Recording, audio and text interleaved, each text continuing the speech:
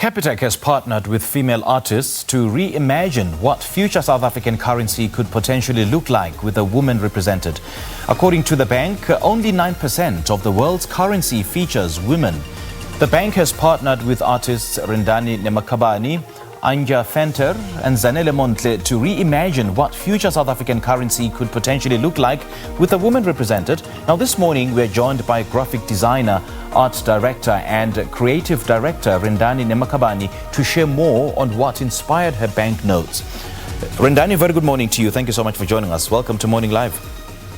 Thank you so much for having me. How are you doing today? I'm very well, Rendani. Can't complain. Can't complain at all. Firstly, tell us how you got to be a part of this campaign. I was contacted by someone from Capitec. They had been doing research to just find out who are the women in the country who are doing really amazing work. And I guess I was one of the people who made their list. Okay, so why do you believe Miriam Makeba should feature on our currency?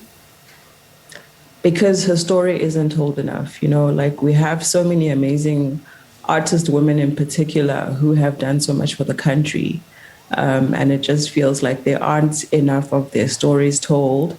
So I felt for me, like this would be like a very amazing place for us to start, you know, telling her story and what she's done for the country. Yeah. And just working on the banknote, how did you make sure that she's shown boldly and fits the note?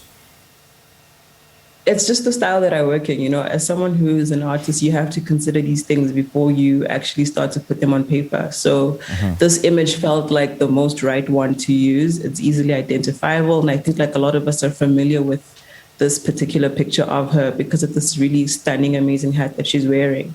Yeah. How long did you work on the note? And just take us through the process. Was it perfect when you tried it the first time? Not really, you know, like I think as you are working and making the work, you try over and over again to do something that feels right. So it took me probably like 2 to 3 weeks to get this feeling the right way that I wanted it to feel for myself, you know. And it's always like, if I am not happy with how it looks, then I cannot share the work ultimately.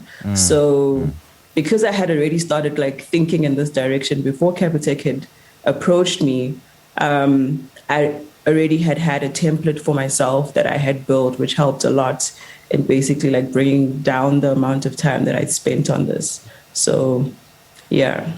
Did you get a brief from Capitec or you simply let your creativity run wild?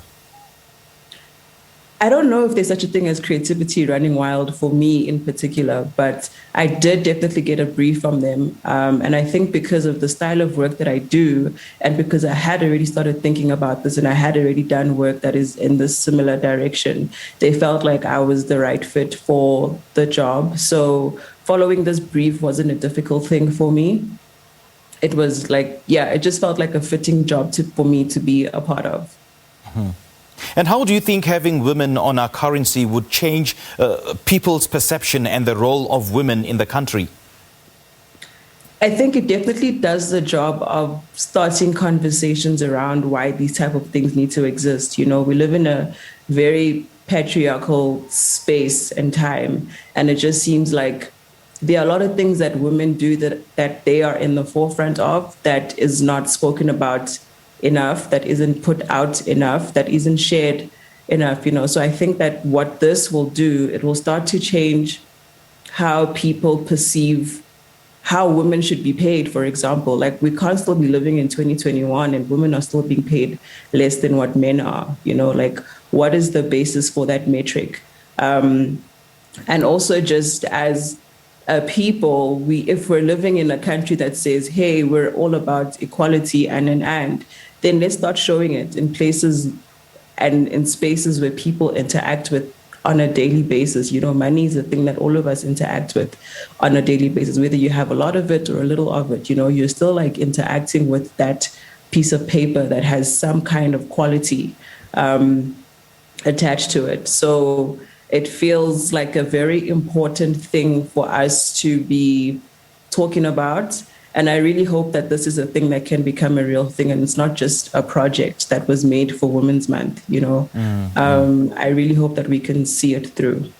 Yeah, and if it does indeed come into fruition, it can be a world first. I mean, it can place South Africa on such a pedestal that the whole world will look up to South Africa in terms of embracing and propping up women's rights. So do you have an idea whether the country's authorities, in particular the Reserve Bank and the Treasury, have come on board maybe to just weigh in on this particular project?